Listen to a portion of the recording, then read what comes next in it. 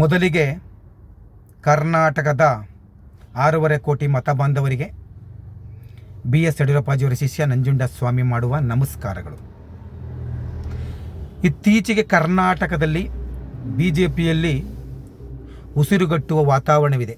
ಏಕೆಂದರೆ ಕಾರ್ಯಕರ್ತರು ತಮ್ಮ ಕೆಲಸಗಳು ಆಗುತ್ತಿಲ್ಲ ಅಂತ ಯೋಚನೆ ಮಾಡುತ್ತಿದ್ದಾರೆ.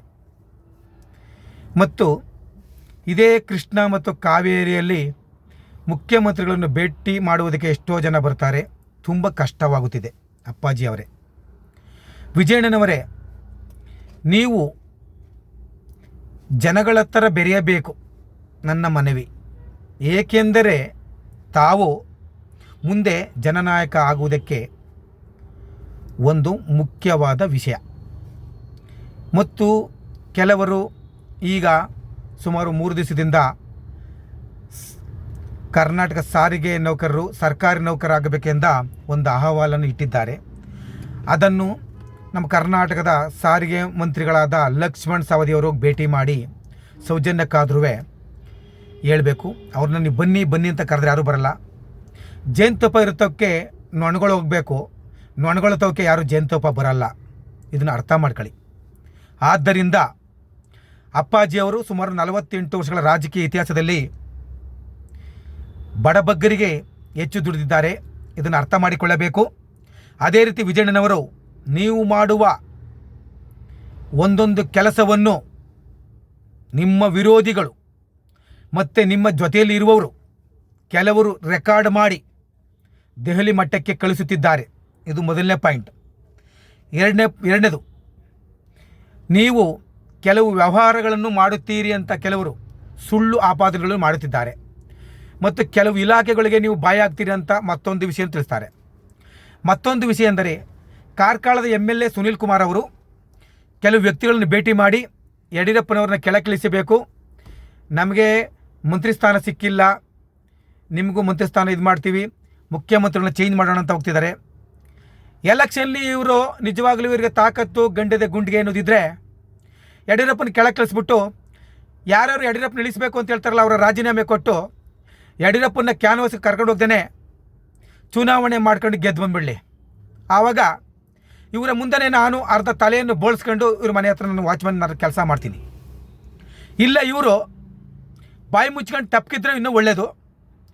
ಯಡಿಯೂರಪ್ಪ ವಿರೋಧವಾಗಿ ಮಾತಾಡಿದ್ರೆ ಕೆಲವು ವ್ಯಕ್ತಿಗಳಿದ್ದಾರೆ, ಯಡಿಯೂರಪ್ಪನ ವಯಸ್ಸಿಗೆ ಬೆಲೆ ಕೊಡ್ತಿದ್ದವರು ನಾನು ರಾಷ್ಟ್ರ ನಾಯಕ ಆಗ್ಬಿಡ್ತಿದ್ದೀನಿ ಅಂದ್ಕೊಂಡು ಕೆಲವು ಜಂಬ ಕೊಚ್ಕೊಳ್ತಾರೆ.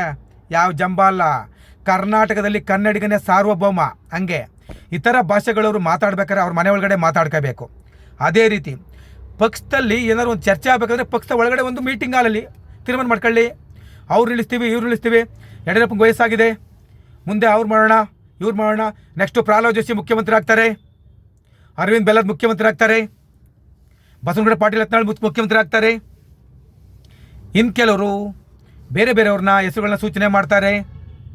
ಯಾರೇ ಆಗಲಿ ಅವರು ಯಡಿಯೂರಪ್ಪನ ಬಿಟ್ಟು, ನಾವು ಯಡಿಯೂರಪ್ಪ ಪರ ಅಂತ ಹೇಳ್ತಾ ಇಲ್ಲ, ಪಕ್ಷದ ಒಬ್ಬ ಕಾರ್ಯಕರ್ತನಾಗಿ ಮಾತಾಡ್ತಾ ಇರೋದು. ಕಟೀಲ್ ಜಿ ಅವರೇ ನಮಸ್ಕಾರ. ಯಡಿಯೂರಪ್ಪನವರು ಪ್ರಸ್ತಾಪಿತ ನಾಯಕನಿಗೆ ಗೊತ್ತು. ಹಿಂದೆ ಒಂದ್ಸತಿ ಪಕ್ಷ ಬಿಟ್ಟಾಗ BJP ಯಾವ ಸ್ಥಿತಿಗೆ ಹೋಗಿತ್ತು ಆಗ ಯೋಚನೆ ಮಾಡಿ. ಅದೇ ರೀತಿ ಈಗಲೂ ಅವರ ಮುಖ್ಯಮಂತ್ರಿ ಸ್ಥಾನದಿಂದ ಕೆಳಗಿಳಿಸಬೇಕು ಅಂತ ಯಾರಾದರೂ ವಂಚಾಗ್ತಿದ್ರೆ ಅವ್ರ ತಲೆ ನುಣ್ಣಗೆ ಬಳಸ್ಕೋಬೇಕಾಗುತ್ತೆ. ಎಚ್ಚರಿಕೆ. ಆದ್ದರಿಂದ ಹೇಳ್ತೀನಿ ಕೆಲವ್ರಿಗೆ, ನಾವು ಯಡಿಯೂರಪ್ಪನಿಗೋಸ್ಕರ ಪ್ರಾಣ ಕೊಡೋಕ್ಕೂ ರೆಡಿ, BJP ಪಕ್ಷಕ್ಕೋಸ್ಕರ ಪ್ರಾಣ ಕೊಡೋಕ್ಕೂ ರೆಡಿ. ವಿಜಯಣ್ಣನ ಬಗ್ಗೆ ಕೆಲವರು ವಿರೋಧಿಗಳು ಇಲ್ಲ ಸಲ್ಲದ ಮಾತಾಡ್ತಾರೆ. ಆದರೂ ಇನ್ನೊಂದು ಹೇಳ್ತೀನಿ ವಿಜಯಣ್ಣನಿಗೆ, ನಿಮ್ಮ ಜೊತೆಲಿ ಇರುವರು ಕೆಲವರು ನೀವು ಮಾಡಿ ವ್ಯವಹಾರಗಳನ್ನು ರೆಕಾರ್ಡ್ ಮಾಡಿ ಅದನ್ನು ಎಲ್ಲಿ ತಲುಪಿಸ್ಬೇಕಲ್ಲಿ ತಲುಪಿಸ್ತಿದ್ದಾರೆ. ದಯವಿಟ್ಟು ಯಾರು ನಂಬಕೋಬೇಡಿ. ಅವ್ರು ಬಂದಾಗ ಅವ್ರು ಕೆಲಸ ಮಾಡಿ ಕಳಿಸ್ಬಿಡಿ, ಪಕ್ಕದಲ್ಲಿ ಇಟ್ಕೋಬೇಡಿ. ಯಾವ ಥರ ಮೀಟಿಂಗ್ಗಳು ಎಲ್ಲರೂ ಹೋಗ್ಬೇಕಾದ್ರೆ ಯಾರ್ಯಾರು ಇಟ್ಕೋಬೇಡಿ. ನಿಮ್ಗೆ ಫೋನ್ ಬಂತಾ, ಗಾಡಿ ಸ್ಟಾಪ್ ಮಾಡಿಸಿ ಕೆಳಗಿಳಿರಿ, ಮುಂದೆ ಹೋಗಿ ಮಾತಾಡಿ ದಯವಿಟ್ಟು. ಇಲ್ಲ ಅವ್ರನ್ನ ಕೆಳಗಿಳಿಸಿ ಯಾರಿದ್ರೆ ನೀವು ಒಳಗಡೆ ಕೂತ್ಕೊಂಡು ಮಾತಾಡಿ. ಈವನ್ ಡ್ರೈವರ್ ಇಟ್ಕೋಬೇಡಿ, PNೂ ಇಟ್ಕೋಬೇಡಿ, ಗನ್ಮ್ಯಾನ್ನು ಇಟ್ಕೋಬೇಡಿ. ಯಾಕೆ? ಹಣ ಎಣ ಕಂಡ್ರೆ ಬಾಯ್ ಬಿಡುತ್ತೆ. ಆದ್ದರಿಂದ ನಿಮಗೆ ಶಿಷ್ಯನಾಗಿ, ಯಡಿಯೂರಪ್ಪನ ಶಿಷ್ಯನಾಗಿ, ಮಾನಸ ಪುತ್ರನಾಗಿ, BJP ಕಾರ್ಯಕರ್ತನಾಗಿ ಹೇಳ್ತಿದ್ದೀನಿ, ದಯವಿಟ್ಟು ನಮ್ಮನ್ನು ಗುರುತಿಸಿ. ಸ್ವಲ್ಪ ನನ್ನ ಗುರುತು ಗೊತ್ತಿಲ್ಲ ಅಂತಂದವರೇ ದಡ್ಡರಾಗ್ತಾರೆ. ಯಾಕೆ ನಿಮಗೆ ಗೊತ್ತಿದೆ, ಎದುರು ಪ್ರಶ್ನೆನೇ ಇಲ್ಲ. ಅಪ್ಪಾಜಿಯವ್ರ ಬಗ್ಗನೇ ಮರಿ ಮೊಮ್ಮಗ, ತಂಗಿಯ ಮಗಳ ಮಗ, ಎನ್.ಆರ್. ಸಂತೋಷ, ಬಿ ಬ್ರಾಕೆಟು ಅಂಥವನ್ನ ಪೊಲಿಟಿಕಲ್ ಸೆಕ್ರೆಟರಿ ಮಾಡಿದ್ರಿ. ಆಯಾ ಮಾಸ್ಟರ್ ಡಿಗ್ರಿ, ಎಂ.ಲಿಬ್, ಎಂ.ಫಿಲ್ಲು ಈ ನಂಜುಂಡಸ್ವಾಮಿ. ಕೆಲಸ ಮಾಡ್ತೀನಿ, ಬಿ ಜೆ ಪಿಗೋಸ್ಕರ ಬಾವುಟ ಕಟ್ತೀನಿ, ಕಸನೂ ಹೊಡಿತೀನಿ ಬಿ ಜೆ ಪಿ ಆಫೀಸಲ್ಲಿ ಬೇಕಾರೆ. ಅರ್ಥ ಮಾಡ್ಕೊಳ್ಳಿ, ನಾವು ಯಾರಿಗೂ ಇಲ್ಲ. ಕೆಲಸ ತಪ್ಪು ಯಾರು ಮಾಡ್ತಾರೆ ಅವ್ರು ಸಿಡ್ದು ಹೇಳ್ತೀನಿ ನಾನು, ಅದ್ರಲ್ಲಿ ಎರಡನೇ ಮಾತಿಲ್ಲ. ಎಣ ಅಲ್ಲೇ ಬೀಳಲಿ. ಕಾವೇರಿಗೆ ಹೋಗೋಕ್ಕಾಗಲ್ಲ ಕಾರ್ಯಕರ್ತರು, ಕೃಷ್ಣಕ್ಕೆ ಹೋಗೋಕ್ಕಾಗಲ್ಲ ಕಾರ್ಯಕರ್ತರು. ಬಳ್ಳಾರಿ, ಗುಲ್ಬರ್ಗ, ಬಿಜಾಪುರದಿಂದ ಬಂದಿರ್ತಾರೆ. ಎಲ್ಲಿಗೆ ಹೋಗ್ಬೇಕು? ನಾಡದಾರ ನೋಡಕ್ಕೆ ಬಂದಿರ್ತಾರೆ. ಚಾಮುಂಡಿ ದೇವಸ್ಥಾನಕ್ಕೆ ಹೋಗ್ತಾರೆ. ಪೂಜಾರಿಗಳು ಅಡ್ಡ ಬಂದಾಗ ಬರ್ತಾರೆ ಕೆಲವರು. ದೇವ್ರ ದೇವಸ್ಥಾನಕ್ಕೆ ಹೋಗ್ತೀವಿ, ದೇವರು ಒಳ್ಳೇದು ಮಾಡ್ತಾನೋ ಕೆಟ್ಟದ್ದು ಮಾಡ್ತಾನೋ ನೆಕ್ಸ್ಟು ದೇವ್ರ ಕೈ ಮುಗ್ಗಿಬಿಡಲ್ಲ. ಆ ಥರ ದೇವ್ರಿಗೆ ಹೋಲಿಕೆ ಮಾಡಿದ್ದೀವಿ 6.5 ಕೋಟಿ ಜನ ಯಡಿಯೂರಪ್ಪನವ್ರನ್ನ.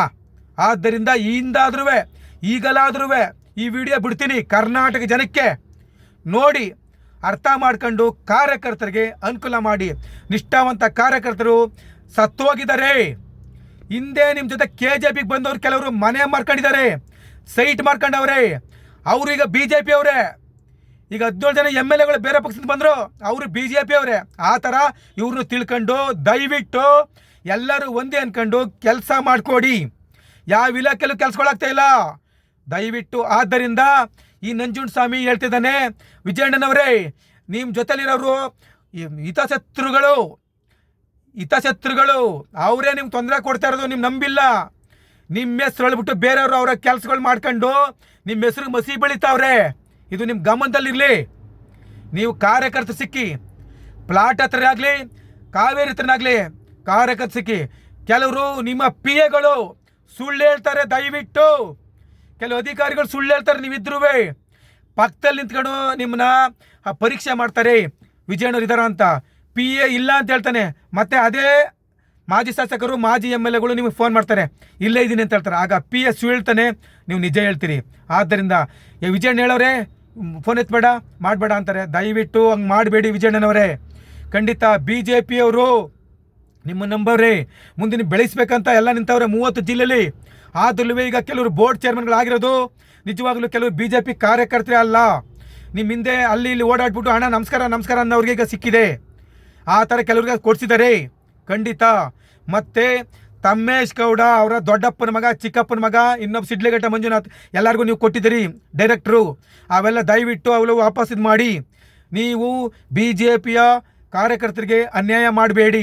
ನಾನು ಒಬ್ಬ ಬ್ಯಾಟ್ರಾಯಪುರ ಕ್ಷೇತ್ರ ಮತಕ್ಷೇತ್ರ 12 ವರ್ಷಗಳಿಂದ ನಾನು BBMPಗೆ ಮುಂದೆ ಚುನಾವಣೆಗೆ ನಿಂತ್ಕೋತೀನಿ. ದುಡ್ಡು ₹1 ಇಲ್ಲ. ಅವರು ಮತದ ಬಾಂಧವರು ಕಾಲಿಗೆ ಬೀಳ್ತೀನಿ, ನನಗೂ ಓಟ್ ಕೊಡಿ ಅಂತ. ನಿಮ್ಮ ಶಿಷ್ಯನಾಗಿ, ಯಡಿಯೂರಪ್ಪನವ್ರ ಶಿಷ್ಯನಾಗಿ, ಯಡಿಯೂರಪ್ಪನಿಗೆ ಯಾರಾದ್ರೂ ಕೆಳಕಿಳಿಸ್ತೀನಿ ಅಂತ ಮಾತಾಡಿದ್ರೆ ಅವರು ಮಣ್ಣು ಮುಗ್ತಾರೆ. BJP ನೆಲ ಕಚ್ಚೋಗುತ್ತೆ. JDS ಮತ್ತು ಕಾಂಗ್ರೆಸ್ಸು ಯಡಿಯೂರಪ್ಪ ಬಿದ್ದರೆ ಅವರು ಕಾಯ್ತಾ ಇದ್ದಾರೆ. ನಮ್ಮ BJPಗೆಲ್ಲೇ ಶತ್ರುಗಳಿರೋದು ಯಡಿಯೂರಪ್ಪನಿಗೆ, ಬೇರೆ ಹೊರಗಡೆ ಯಾರು ಶತ್ರುಗಳಿಲ್ಲ. ಇದು ಕರ್ನಾಟಕ ಜನ ನೋಡ್ತಾ ಇರಬೇಕು, ಎಲ್ಲ ಜನಾಂಗದವ್ರು. ಮತ್ತು ಕುರುಬರು ST ಕೇಳ್ತಿದ್ದಾರೆ, ದಯವಿಟ್ಟು ಅವ್ರಿಗೆ STಗೆ ಮೀಸಲಾತಿ ಕೊಡಿ. ನಿಮ್ಮ ಬೆನ್ನೆಲುಬಾಗಿರ್ತಾರೆ ST ಜನಾಂಗ, ಕುರುಬ ಜನಾಂಗ. ಆದ್ದರಿಂದ ದಯವಿಟ್ಟು ಕೆಲಸ ನೀವು ಮಾಡ್ತಿರ್ತ ನಂಬಿದ್ದೀನಿ. ನಮ್ಮಂಥ ಕಾರ್ಯಕರ್ತರಿಗೆ ನೀವು ಸಹಾಯ ಮಾಡಿದ್ರೆ ನಿಮ್ಮನ್ನು ನೆನೆಸ್ಕೊಂಡು ಜೀವನ ಮಾಡ್ತಾರೆ. ತುಂಬ ಲಿಂಗಾಯತರಲ್ಲೂ ಬಡವರಿದ್ದಾರೆ, ಬ್ರಾಹ್ಮಣರಲ್ಲೂ ಬಡಿದ್ದಾರೆ, ಗೌಡರಲ್ಲೂ ಬಡವರಿದ್ದಾರೆ, ಕುರುಬರಲ್ಲೂ ಬಡವರಿದ್ದಾರೆ. ಅವ್ರ ಮಕ್ಕಳ ವಿದ್ಯಾಭ್ಯಾಸಕ್ಕೋಸ್ಕರ ದಯವಿಟ್ಟು ಏನಾದ್ರು ಒಂದು ಎಲ್ಲ ಜನಾಂಗಕ್ಕೂ SC STಗಳು ಥರ ನೀವು ಇವ್ರಿಗೂ ಸಹಾಯ ಮಾಡಿದ್ರೆ ನಿಮ್ಮನ್ನು ಒಬ್ಬ ದೊಡ್ಡ ಧೀಮಂತ ನಾಯಕ ಅಂತಾರೆ. ಇದರಲ್ಲಿ ಯಾವುದೇ ರೀತಿ ಸಂದೇಹನೇ ಇಲ್ಲ. ಯಡಿಯೂರಪ್ಪನವರು ಕರ್ನಾಟಕದ ಪ್ರಸ್ತುತ ನಾಯಕರು. ವಿರೋಧಿಗಳಿಗೆ BJP ಮತ ಬಂದವರೇ ಪಾಠ ಕಲಿಸ್ತಾರೆ. ನಿಮ್ಮನ್ನು ಮುಖ್ಯಮಂತ್ರಿ ಸ್ಥಾನದ ಕೆಳಗಿಳಿಸಿದ್ರೆ ಅವ್ರಿಗೆ ಕಟ್ಟಿಟ್ಟ ಬುತ್ತಿ ಅವರು ಚಿತ್ರಣ ಹೋಯ್ತಾರೆ. ಯಡಿಯೂರಪ್ಪ ಇಲ್ದವ್ರು ನಾವು ಗೆಲ್ತೀವಿ ಅನ್ಕೊಂಡ್ರೆ ಸುಳ್ಳು. ಕರ್ನಾಟಕ ಜನ ಬೇರೆ ರಾಜ್ಯಕ್ಕೆ ಹೋಲಿಕೆ ಮಾಡಬೇಡ್ರಿ, ಕರ್ನಾಟಕ ಜನನೇ ಬೇರೆ. ಆದ್ದರಿಂದ ಕರ್ನಾಟಕ ಒಂದು ಕನ್ನಡಿಗರ ಸಂಗೀತ ಇದ್ದಂಗೆ. ದಯವಿಟ್ಟು ಎಲ್ಲ ಜನಗಳಿಗೆ ಯಡಿಯೂರಪ್ಪಾಜಿಯವರು ಒಳ್ಳೇದು ಮಾಡೇ ಮಾಡ್ತಾರೆ. ಕಾವೇರಿ ಕೃಷ್ಣಕ್ಕೆ ಬಂದವರಿಗೆ ಒಳ್ಳೆ ರೀತಿ ಬೆಲೆ ಕೊಟ್ಟು ಕಾರ್ಯಕರ್ತರ ಅಹವಾಲನ್ನ ಸ್ವೀಕರಿಸಿ ಅಂತ ಹೇಳಿ ಅಧಿಕಾರಿಗಳಿಗೆ ಖಡಕ್ ವಾರ್ನಿಂಗ್ ಕೊಟ್ಟರೆ ಒಳ್ಳೆಯದು. ಮೊದಲಿಗೆ ಈ ಲೋಕೇಶ್ OSTಯನ್ನು ಮನೆಯಿಂದ ಆದಷ್ಟು ಬೇಗ ನೀವು ಹೊರಗೆ ಕಳಿಸಿದ್ರೆ ಆ ಗನ್ಮ್ಯಾನ್ ಕೇಶಮೂರ್ತಿನ ಇನ್ನೂ ಯಾಕೆ ಇಟ್ಕೊಂಡಿರೋದು ಗೊತ್ತಿಲ್ಲ. ಆ ಭಗವಂತನೇ ನಿಮ್ಮನ್ನ ರಕ್ಷಣೆ ಮಾಡಬೇಕು.